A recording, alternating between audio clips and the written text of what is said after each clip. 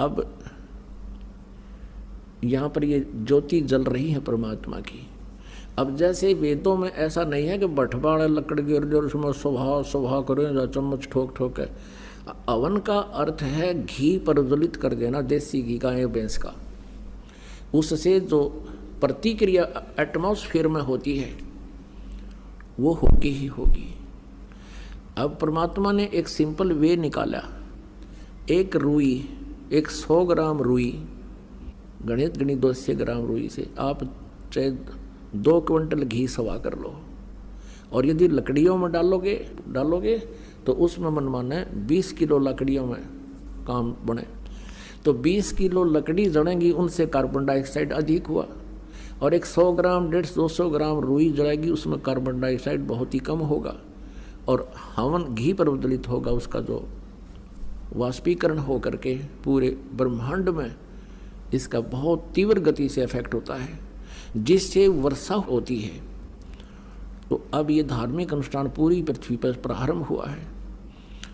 तो ऐसे परमात्मा बहुत अच्छी तरह समय समय पर वर्षा किया करेंगे, जो पूरा विश्व इस तरह की साधनाएं किया करेगा। यहाँ तो हवन हो ही रहा है।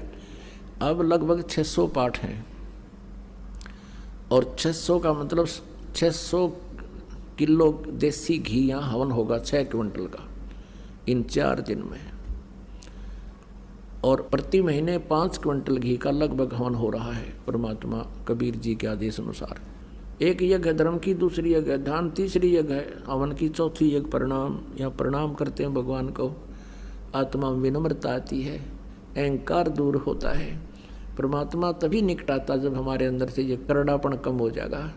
हमारे अंदर ये जो अहंकार है बेमतलब का, बगैर ज्ञान के अहंकार किया करते थे, अदरंग मार जाता अफलातून को, बांगा मुँह हो जा, आँख टेढ़ी हो जा, मुँह को पानी निकले, माखी निकले, और बड़े हाथ भी ना उठे, क्या का बीमारी इस मिट्टी का।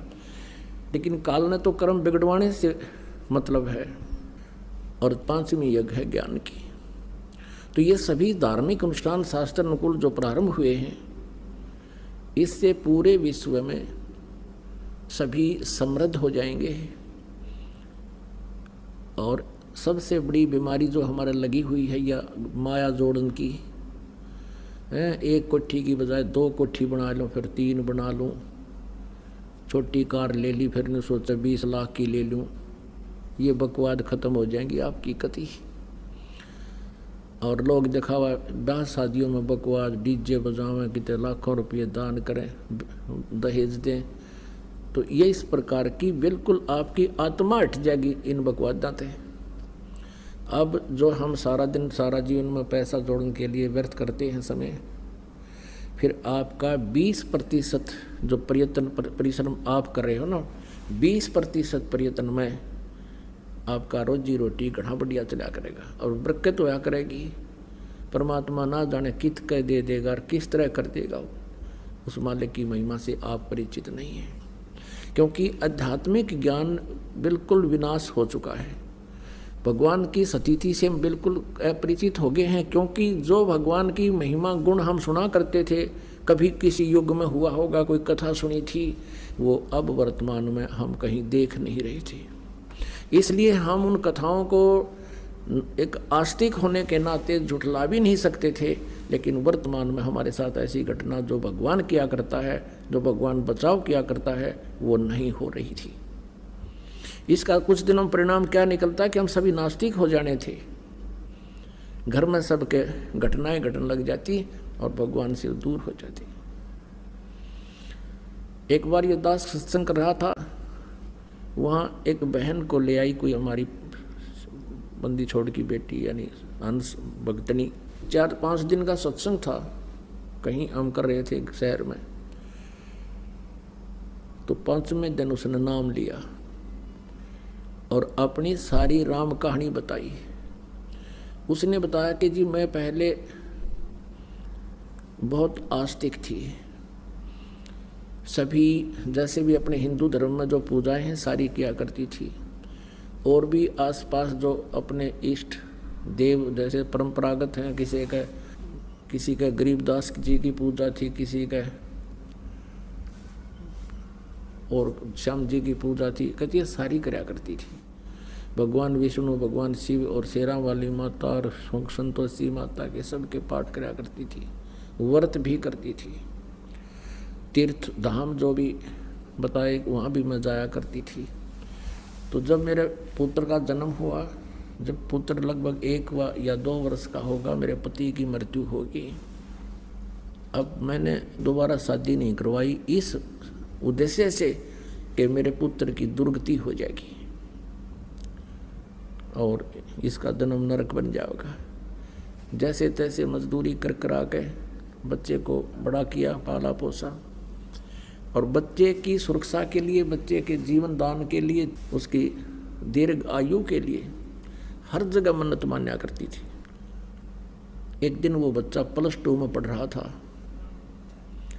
उसने कहा, माता जी मुझे मोटरसाइकिल दे दो। मोटरसाइकिल लूँगा, सभी बच्चे जाते। अब मैं डरती थी कहीं मेरा बेटा दुर्घटनाग्रस्त ना हो जाए, चोट ना लग जा। मैं नहीं चाहती थी उसको मोटरसाइकिल दूँ, लेकिन वो दुखी घना हो गया।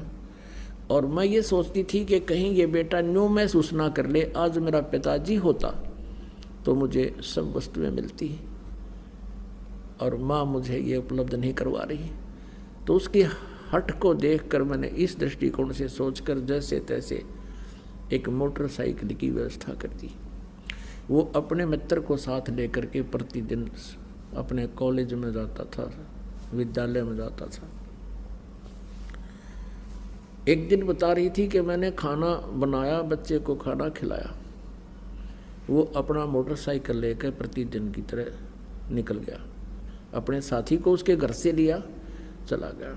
और मैंने वो कुछ शेष 2 व्यक्तियों की रोटी थी, मैंने शेष 2-4-5 रोटी थी वो बनाई और बना के हाथ धो के मैंने नहीं सोचा था तू रोटी खा ले। खाना खाने के लिए ग्रास तोड़ा था, इतने में उसका मित्र भागा भागा आया और उसके भी हाथ से कहीं चोट लगी हुई थी, रक्त बह रहा था, उसके घुटनों से कपड़े फटे हुए थे। मैं एकदम सख्ते में आ गई और पूछा, बेटा क्या हो गया? उसने कहा, आंटी हमारा एक्सीडेंट हो गया, भाई का चोट कहीं लगी।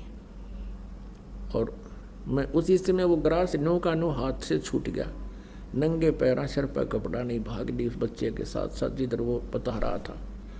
वहाँ जाकर देखा कि वहाँ कुछ रक्त, एक्सीडेंट दुर्घटना के बाद जो गिरता है वो रक्त पड़ा हुआ था, मोटरसाइकिल टूटी पड़ी थी, बच्चे को मेडिकल ले जा चुके थे, हॉस्पिटल ले जा चुके थे।